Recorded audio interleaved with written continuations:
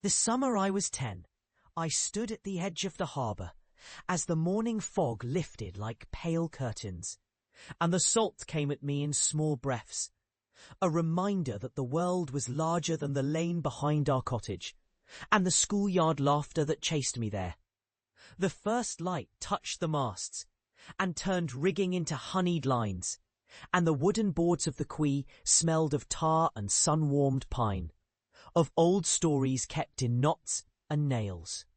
I carried a battered tin can of bait, and a kind of nervous energy that only a child who has just learned how to listen to the sea can carry. Quiet, expectant, sure that something important would happen if I waited long enough. That summer, our kin came to the shore from 12 miles inland, and the town woke with a different pulse.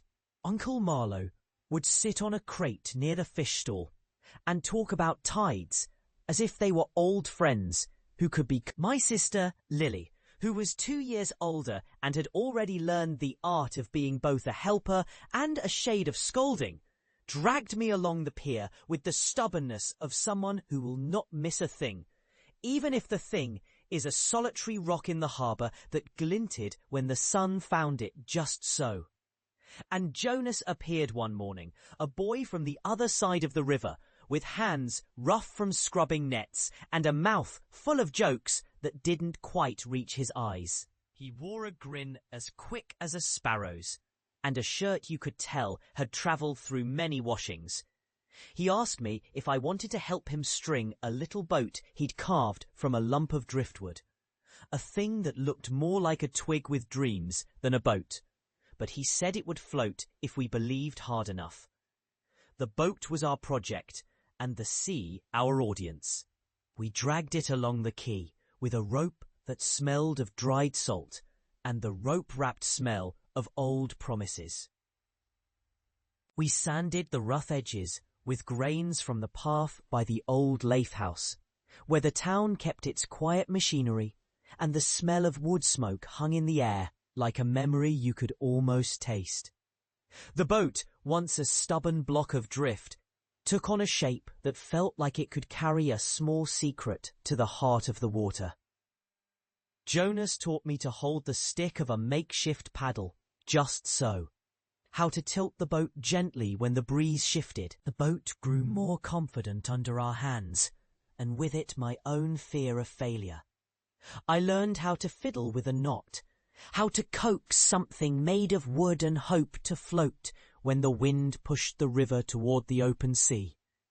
And then there came the moment that matters more than any boast or triumph, the moment when the boat, our small child of driftwood and dreams, drifted a little too far and then kept going, pulled by a current that did not care about our names. We watched, hands in our pockets, faces full of a stubborn quiet.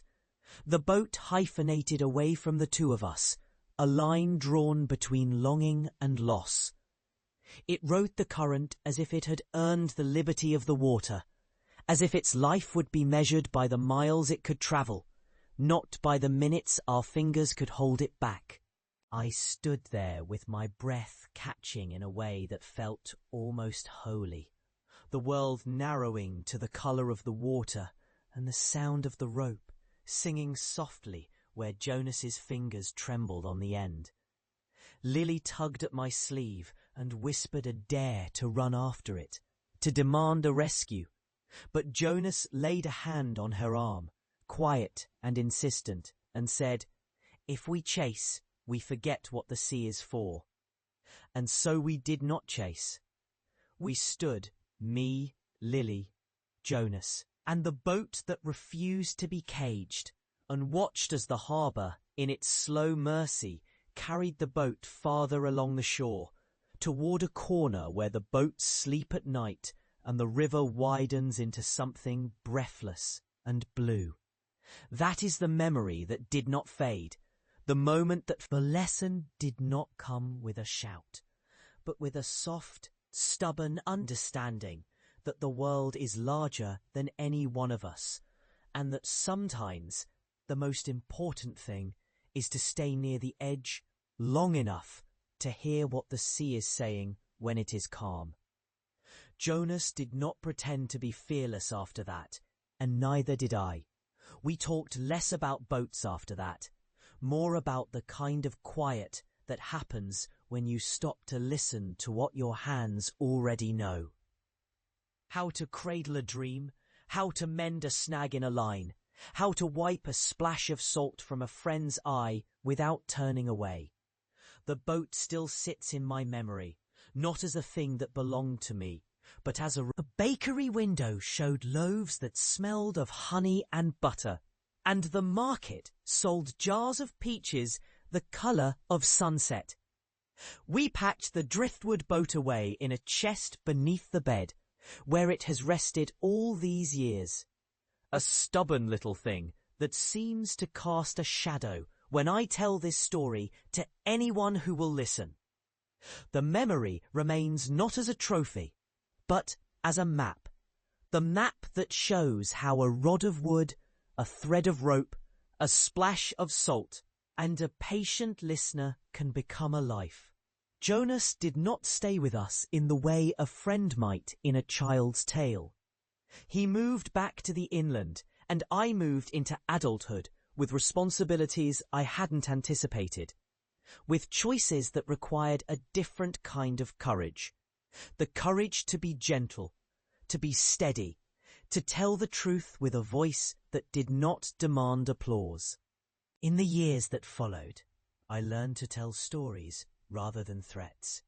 I learned that the best kindness is the kind that does not announce itself, but chooses to appear in the rhythm of ordinary days, the way a mother checks the window, the way a neighbour stops by with bread and a question about your health, the way a student finally learns to separate fear from the thing you love enough to risk. The harbour, with its weathered boards and its patient days, taught me this slow truth. You do not need a loud victory to become someone who matters. You only need to show up, to listen, to keep faith with what you know in the quiet corners of your hands. Now, years later, I sit by the window of a small house that faces the same long line of sea that once held our boat in its patient arms. The room smells of old books and wood polish, of a kettle that hums softly, and the rain that taps a gentle rhythm on the roof. I tell this memory not to boast of youth or to prove I was brave, but to remind my grandchildren and any young listener who will lean close that life is a series of ordinary mornings stitched together by acts of attention. We do not need to own the world to carry a piece of it with us. We only need to be present with the world's small truths, the creak of the pier, the scent of fish and bread, the ache of a hand that has learned how to mend, not just break. The sea did not promise me greatness, only proportion, what to keep, what to release, what to tie to a post so that it would not. And now, when I think of that summer, I do not think only of the thrill of discovery or the ache of letting go.